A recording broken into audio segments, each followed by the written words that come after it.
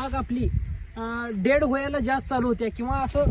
काड्या ज्या आहेत त्या काड्या ज्या वेळेला फुटायच्या कमी होत्यात आणि आपल्या बागेचं ज्या वेळेला यील्ड कमी यायला चालू होतंय त्यावेळेला प्रत्येक बागायतदारानं एक लक्षात ठेवणं गरजेचं आहे. जिथं आपला वलांडा वळलाय, आता हिथं आता वलांडा वळलाय आणि हिथं पण वलांडा वळलाय, तर हिथं काय करायचं, इथं जिथं गच्च्यात किंवा जिथं आपला सेंटर आहे हिथनं काय करायची, हिथनं काडी अशी वळवायची किंवा ही आता मागणं वळवलेली एकदम बरोबर आहे तर हिथनं काय करायची, अशी काडी वळवायची. जर हे तुम्ही आत्ताच जर हिथनं कट केलं आणि हे जर असा प्रयोग करायला लागला तर काय होतंय, जमिनीतलं जे क्लोराईड आहे तर हे क्लोराईड उचललं जातंय आणि बाग पिवळी फुटायला चालू होते आणि त्याला पाहिजे तसा माल येत नाही. आता काय होतंय, हे जुना वलांडा ठेवला आणि नवीन आपण ज्या वेळेला वलांडा वाढवतोय त्यावेळेला काय होतंय की क्लोराईडचं विभाजन होतंय किंवा ह्या जो साठवलेला घटक असतोय तर ते घटक काय होतात इथं सगळं वापरायला पण मिळतात आणि विभाजन पण होतं या.